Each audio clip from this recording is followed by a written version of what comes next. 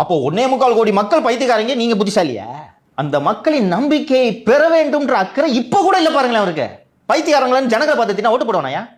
நீங்க இடைத்தேர்தலில் பொது வேட்பாளர் நின்னாலும் தோக்குறீங்க, பார்க்கலாமா? தோல்வி உறுதி.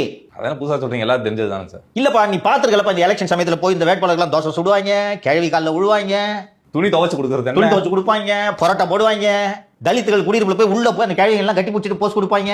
இதெல்லாம் எதுக்கு? உன்னோட ஒவ்வொரு வாக்கும் எனக்கு முக்கியம்யா. பாரியா இப்படிலாம் வித்த காட்டுற பாரியா, பரோட்டெல்லாம் போட்டு. அப்படிதான் நீங்க வாக்காளர்களை பார்க்கணும். அப்படி பாக்குறவன் மட்டும்தான் ஜெயிப்பான். அப்படிதான் பார்க்கணும். அதான் ஜனநாயகம். 4.25 வருஷம் தனாவட்டா சுத்துவாங்க. என்ன ஆகணும் அவனுக்கு அப்படின்னு. அந்த எலெக்ஷன் வந்துருச்சு, கூப்பிடு எல்லாரும் கூப்பிடு வாங்க. நீ இப்போ வந்து திமிரா பைத்தியக்கார பயில விளாட்டு ஓட்டு போட ஜனங்களை திட்டுனா, இன்னும் சொல்ல போனா உன் பின்னாடி சுத்துறவன் தான் பைத்தியக்காரன். இவ்வளோ கதையை நீ சொல்றத நம்பியும் உன் பின்னாடி இருக்கானா, அவனை விட மூளை இல்லாதவன் வேற எங்கேயாவது பார்க்க முடியுமா? அதனால இவரெல்லாம் நகைச்சுவைக்காக பயன்படுத்திட்டு போக வேண்டியதான். இவரெல்லாம் சீரியஸாக இவர் பேசுவதை எடுத்து விவாதிக்க வேண்டிய அவசியம் கூட இனி நமக்கு இருக்காது என்று நான் நினைக்கிறேன். எல்லாம் ஒரு ஹியூமர் கண்டென்ட்டாக எடுத்துக்கொண்டு செல்ல வேண்டியது. இல்லை சார், இன்னொரு முக்கியமான கொஸ்டின் கேட்டிருக்காரு. ஜாதி ஒழிப்புன்னு தான் பேசுறீங்க தாவேக அரசு.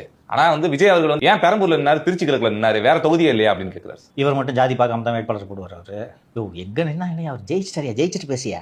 எப்போ பாரு 16 வருஷமா பயிற்சி எடுத்துக்கிட்டே இருக்கிறது, நோட்ட சொல்லினே இருக்குது அட்டவங்களை. 108 இடத்துல ஜெயிச்சிருக்காங்க. ஜாதி பார்த்தா மக்கள் ஓட்டு போட்டிருக்காங்க. பல முறை பேசியிருக்கான். சாதிகளை, மதங்களை, வர்க்கங்களை, இதர வேறுபாடுகளையும் உடைத்த தேர்தல் 2026 தமிழக சட்டப்பேரவை தேர்தல். பல மக்களுக்கு யார் வேட்பாளர்னே தெரியாம தாங்க போட்டேன். இன்னைக்கு ஜெயித்திருக்கக்கூடிய பல தாவேகா வேட்பாளர்கள் அதிமுக, திமுக 2 கட்சிகளிடமும் சில பல கோடிகளை வாங்கிவிட்டு பிரச்சாரத்திற்கே வெளியே வராத வேட்பாளர்கள் தான் இப்போது இருக்கிறார்கள். கரெக்டா? பலரு, நான் சொல்றது இந்த டாப் மந்திரியா இருக்கவங்களை விட்டுருங்க, பலரு ஏடிஎம்கே டிஎம்கே 2கிட்டையும் 2 கோடி வாங்கிட்டாங்க. வாங்கிக்கிட்டு வெளியிலேயே வரல. அப்படித்தான் வெற்றி பெற்றிருக்கிறார்கள். அரசியலுக்கு வந்ததுக்கு அப்புறம் மட்டும் எப்படி ஜோசப் விஜய் அப்படின்னு வருது அப்படின்னு கேட்கிறாரு. இதற்கு முன்பு இந்த சர்ச்சை வந்தபோது இவர் தானே அதற்கு ஆதரவாக குரல் கொடுத்தார். என் தம்பி அப்படிலாம் பேசக்கூடாது, என் தம்பி ஸ்டார் என்று இவர் சொன்னாரா இல்லையா? எச் ராஜா தான் முதலில் இந்த பிரச்சனையை விஜய் அவர்களுடைய வாக்காளர் அடையாள அட்டை வெளியிட்டு மத ரீதியாக விஜயை டார்கெட் செய்கிற வேலையை அந்த மெர்சல் படம் சமயத்தில் என்று நினைக்கிறேன் ஆரம்பிச்சு வச்சார். அப்போ டிஃபெண்ட் பண்ணார்ல, இப்போ ஏன் இது உறுத்துது? இன்னும் நீங்கள் எந்த மதையா? இவர் மட்டும் இந்த சைமன்ற பேர் தானே சார். அதான் நீ எந்த மதம் கேட்குறேன். திமுக ஆட்சியில் இவர் கைது செய்யப்பட்ட போது நானும் வழக்கறிஞர் பொழிந்துதான் சீமான் வேலூர் சிறையில் கொடுமைப்படுத்தப்படுகிறார் என்று உயர்நீதிமன்றத்தில் மனு தாக்கல் செய்தோம். அப்போது அடிஷனல் பிபிஆர் இருந்தார் ஜின்னா. அப்போ அதில் செபஸ்டியன் தான் போட்டோம் நாங்கள் பேர்.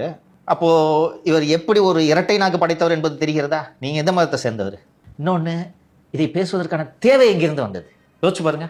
விஜயை மத ரீதியாக அட்டாக் பண்ணுறது. பிஜேபி காரனே சும்மா இருக்காயா? மதத்தையே வச்சு வியாபாரம் பார்த்துக்கிட்டு இருக்கிற பிஜேபி காரன் சும்மா இருக்கான். உங்களுக்கு ஏன் புத்தி இப்படி போகுது? அதுலயும் இந்த ரஜராஜா அவர்கள் முன்னாடியாவது பேசிக்கிட்டார் இந்த மாதிரி. இப்ப மக்கள்கிட்ட எது பேசினாலும் எடுபட மாட்டேன்னு அவரே அமைதி